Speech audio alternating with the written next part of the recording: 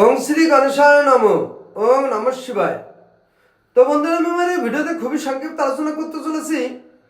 আমরা অনেকেই পিপাসা রোগে ভুগে থাকি এবং এই পিপাসা রোগের জন্য আমরা সারাদিনে অনেকবার ঘন ঘন জল খেয়ে থাকি এবং জল পিপাসা পেয়ে থাকি। তো এর থেকে পরিত্রাণ পেতে আমি আমার এই ভিডিওতে খুবই শক্তিশালী এবং পাওয়ারফুল একটি টোটকার কথা আলোচনা করতে চলেছি। এই টোটকাটি প্রয়োগ করতে পারলে 100% এই পিপাসা রোগ থেকে সম্পূর্ণরূপে আরোগ্য লাভ পেতে পারি। তো বন্ধুরা, সেই টোটকাটি হলো 1 লিটার জলে 5 গ্রাম মতো তেজপাতা ভালো করে ফুটিয়ে সিদ্ধ করে নিতে হবে। এরপর ওই জলটিকে ছেঁকে কোনো সুপাত্রে রেখে দিতে হবে।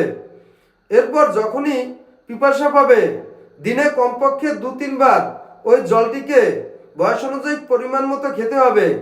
এইভাবে কয়েকদিন খেতে পারলে 100% ওই পিপাসা রোগ থেকে সম্পূর্ণরূপে আরোগ্য লাভ হয়ে থাকে। তো বন্ধুরা, এই ছিল আমার এই ভিডিওর মূল সংক্ষিপ্ত আলোচনা। নমস্কার।